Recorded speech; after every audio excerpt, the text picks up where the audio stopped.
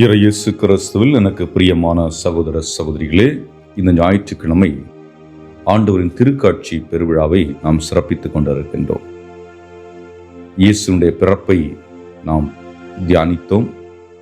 அந்த பிறப்பின் தொடர்ச்சியாக இன்றைக்கு திருக்காட்சி பெருவிழா, 3 ஞானிகள் இயேசுவை வந்து சந்திக்கின்ற ஒரு நிகழ்வு. இந்த நிகழ்வை சில கேள்விகளோடு நாம் ஆரம்பிப்போம். கடவுள் தன்னை யாருக்கு வெளிப்படுத்தினார்? கடவுளை எங்கே கண்டுகொள்ள இயலும்? அவரை கண்டுகொள்ள என்ன தேவை? இந்த கேள்விகளின் அடிப்படையில் தான் நம்முடைய இன்றைய சிந்தனை இருக்கப் போகிறது. அமெரிக்க நாட்டை சேர்ந்த மருத்துவர் டோம் கத்தேனா, இவர் மருத்துவ பணியை செய்து கொண்டிருக்கின்றார். ஒரு நாள் அவருக்கென்று உள்ளுக்குள்ளே பல சிந்தனைகள் ஓடிக்கொண்டிருக்க ஒரு ஸ்பார்க், ஒரு ஒளியானது உள்ளே தென்படுகிறது. அந்த ஒளி அவருக்கு என்ன வெளிப்படுத்தியதென்றால், எங்கே மக்கள் அதிகமாக தேவையில் இருக்கிறார்களோ அங்கே நான் சென்று பணி செய்ய வேண்டும் என்று அவர் விரும்புகிறார்.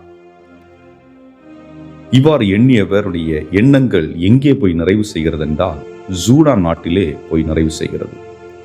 சூடான் நாடு என்று சொல்லுகின்ற பொழுது இந்திய காலகட்டத்தில் நாம் பார்த்தோம் என்றால், அங்கே ரோடுகள் எல்லாம் அதிகம் இல்லை, மண் ரோடுகள் தான் இருக்கு. மக்கள் இன்னும் பழமை வாய்ந்தவர்களாக வாழ்ந்து கொண்டிருக்கின்ற ஒரு சூழல். இதற்கு காரணம் அன்றைய காலகட்டத்தில் நடந்த பல போர்கள் என்று கூட நாம் சொல்லலாம். ஆக சூடான் நாட்டில் உள்ள நியூ என்ற மலைப்பகுதியிலே வந்தடைகின்றார். அங்கே அந்த மக்களுக்கு 10 ஆண்டுகளாக இவர் பணி செய்கின்றார். ஆனால் இவர் எப்படிப்பட்ட மருத்துவர் என்றால், அறுவை சிகிச்சை செய்யக்கூடிய ஆற்றல் கொண்ட ஒரு மருத்துவர். அங்கே எவ்வளவு மக்கள் வாழ்ந்தார்கள் என்றால் 7.5 லட்சம் மக்கள் வாழ்ந்தார்கள். அந்த மக்களுக்கு 10 ஆண்டுகளாக இருந்த ஒரே அறுவை சிகிச்சை மருத்துவர் என்றால் இவர் மட்டும்தான். மற்றவர்கள் வருவார்கள் உதவி செய்வதற்கு, ஆனால் போர் சூழலை பார்த்துவிட்டு பின்வாங்கி விடுவார்கள். இதுதான் அங்கு நடந்த நிகழ்வு. ஆக இப்படிப்பட்ட ஒரு சூழலிலே ஒரு செய்தியாளர் அவரிடம் ஒரு கேள்வி கேட்கின்றார். அப்பொழுது, ஏன் நீங்கள் போகவில்லை, இங்கே இருக்கின்றீர்கள் என்று கேட்பதற்கு அவர் சொல்லுகின்றார், எனக்கு மனசாட்சி இருக்கிறது, இந்த மக்களை விட்டுவிட்டு என்னால் வர முடியாது என்று சொல்லுகின்றார். ஒரு நாள் இன்னொரு செய்தியாளர் அவரிடம் ஒரு கேள்வி கேட்கின்றார். உங்களால் எப்படி இரத்தம் சிந்துகின்ற இடத்தில், துன்பப்படுகின்ற இடத்தில் கடவுளை காண முடிகிறது என்று கேட்டார். அதற்கு அவர், நான் என்னிடம் வரும் நோயாளிகளின் முகத்தில் கடவுளை காண்கிறேன். ஒரு தாய் போர் நடக்கும் இடத்தின் வழியாக 3 நாள் நடந்து தன்னுடைய குழந்தையை காப்பாற்றுவதற்காக, நோயினால் பாதிக்கப்பட்டிருக்கின்ற குழந்தையை காப்பாற்றுவதற்காக தூக்கி வருகின்றார். அந்த குழந்தை குணமடைவதை பார்க்கின்ற பொழுது, நான் கடவுளின் அன்பின் வெளிப்பாட்டை பார்க்கின்றேன் என்று சொல்லுகின்றார். நான் இங்கே என் அடையாளத்தை காண்பிப்பதற்காக வரவில்லை, மாறாக எனக்குள் தோன்றிய ஒளி இந்த மக்களை என் சகோதர சகோதரிகளாக எனக்கு காண்பித்தது என்று சொல்லுகின்றார். அன்புக்குரியவர்களே, இங்கு அவருக்கு வழிகாட்டிய அந்த நட்சத்திரம் என்னவென்று பார்க்கின்ற பொழுது அழைத்தல். ஞானிகள் இயேசுவை மாட மாளிகைகளில் கண்டுகொள்ளவில்லை, சாதாரண குடிசையிலே கண்டுகொள்கின்றனர். அதை போன்றுதான் மருத்துவர் டோம் கிறிஸ்துவை இந்த ஏழை மக்களிடம் கண்டுகொள்ளுகின்றார். அதுதான் அவருக்கு கிடைத்த அந்த ஒரு ஒளி. ஞானிகள் என்று எடுத்துக்கொள்ளுகின்ற பொழுது அந்த ஞானிகளுடைய பார்வை மேல் நோக்கியதாக இருக்கின்றது.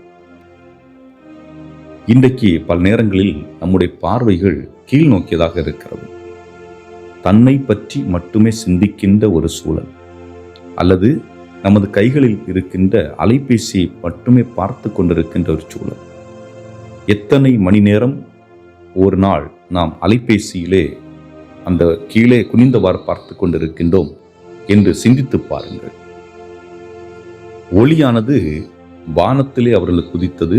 மேல் நோக்கி பார்த்தவர்களாக இயேசுவை தேடி வந்தார்கள். அப்படி என்றால் தன்னை கடந்து என்னை பற்றிய சிந்தனையை விட பிறரை பற்றிய சிந்தனை, தனக்கு நல்லது செய்வதை விட பிறருக்கு நன்மை செய்கின்ற பொழுது நாம் இயேசுவை கண்டுகொள்ள முடியும் என்பதுதான். ஆனால் இன்று பல நேரங்களிலே நாம் அலைபேசிக்கு அடிமையாக இருக்கின்றோம். இன்று எத்தனை குழந்தைகள், இளைஞர்கள் வீட்டிலே இருந்து வெளியே வேலைக்கு செல்லாமல் எனக்கு ஃபோன் வாங்கி கொடுங்க, எனக்கு பைக் வாங்கி கொடுங்க என்று சோம்பேறிகளாக வாழ்ந்து கொண்டிருக்கின்றார்கள்.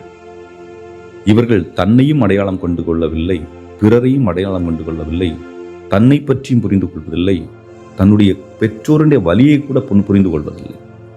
இப்படிப்பட்ட சூழலில் எப்படி கிறிஸ்துவை அறிந்து கொள்ள முடியும்? ஆகவே நம்முடைய பார்வை எப்பொழுதும் மேல் நோக்கியதாக இருக்க வேண்டும். தன்னை பற்றிய சிந்தனை விட பிறரை பற்றிய சிந்தனை. இது கணவன் மனைவிக்கும் பொருந்தும். கணவனோ மனைவியோ தன்னை பற்றி மட்டும் அக்கறை கொண்டு கொண்டிருந்தால், அல்லது தன்னுடைய உழைப்பை மட்டுமே கருத்தில் கொண்டிருந்தால், அந்த குடும்பத்திலே அவர் இணைந்து பணியாற்ற முடியாது, இணைந்து செயல்பட முடியாது, இணைந்து இருக்க முடியாது. ஆக ஒருவர் மற்றவரை நலன் கொண்டு, மற்றவர் மீது அக்கறை கொண்டு வாழ்வதற்கு முற்பட வேண்டும். அங்கேதான் ஒளியினுடைய முதல் பிம்பம் நமக்கு தென்படுகிறது. இரண்டாவதாக பார்க்கின்ற பொழுது, கிறிஸ்துவை நாம் எங்கே கண்டுகொள்ள முடியும்? கிறிஸ்துவை பல இடங்களிலே நாம் கண்டுகொள்ள முடியும். ஆனால் பல நேரங்கள் நாம் என்ன எண்ணுகின்றோம்? ஆலயத்திற்கு சென்றால் தான் கிறிஸ்துவை கண்டுகொள்ள முடியும் என்று. ஆனால் நாம் இங்கே பார்க்கின்ற பொழுது கிறிஸ்துவை இவர்கள் ஆலயத்தில் கண்டுகொள்ளவில்லை.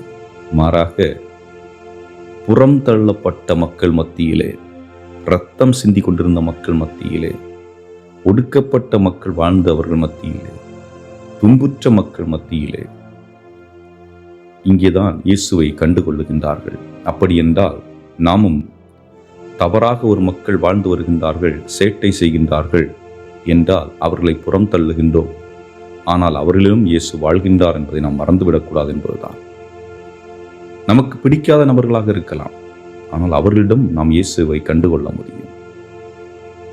போராட்டத்தில் சிக்கிக் கொண்டிருக்கின்ற மக்களாக இருக்கலாம், அவர்கள் மத்தியிலும் நாம் இயேசுவை கண்டுகொள்ள முடியும். ஆகவே இயேசுவை ஆலயத்தில் மட்டும்தான் கண்டுகொள்ள முடியுமா என்றால் இல்லை.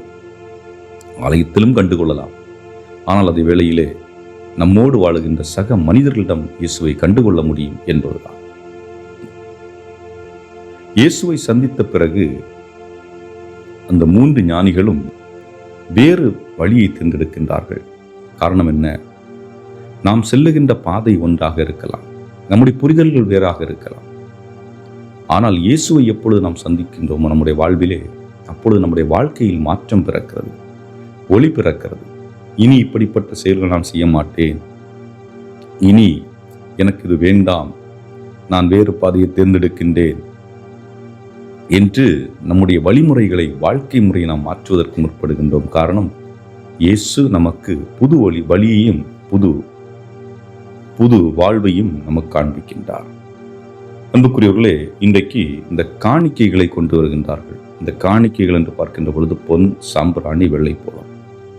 அவர்கள் பொன்னை கொண்டு வந்தது இயேசுவை அரசராக நினைத்து கொண்டு வருகின்றார்கள், எண்ணி கொண்டு வருகின்றார்கள்.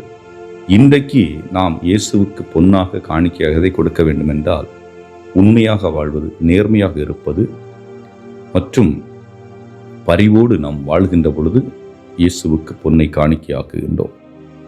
இரண்டாவதாக சாம்பிராணி. இயேசுவை கடவுளாக அவர்கள் எண்ணுகின்றார்கள். ஆகவே அவருக்கு தூபம் காட்டுவதற்காக சாம்பிராணி கொண்டு வரப்படுகிறது.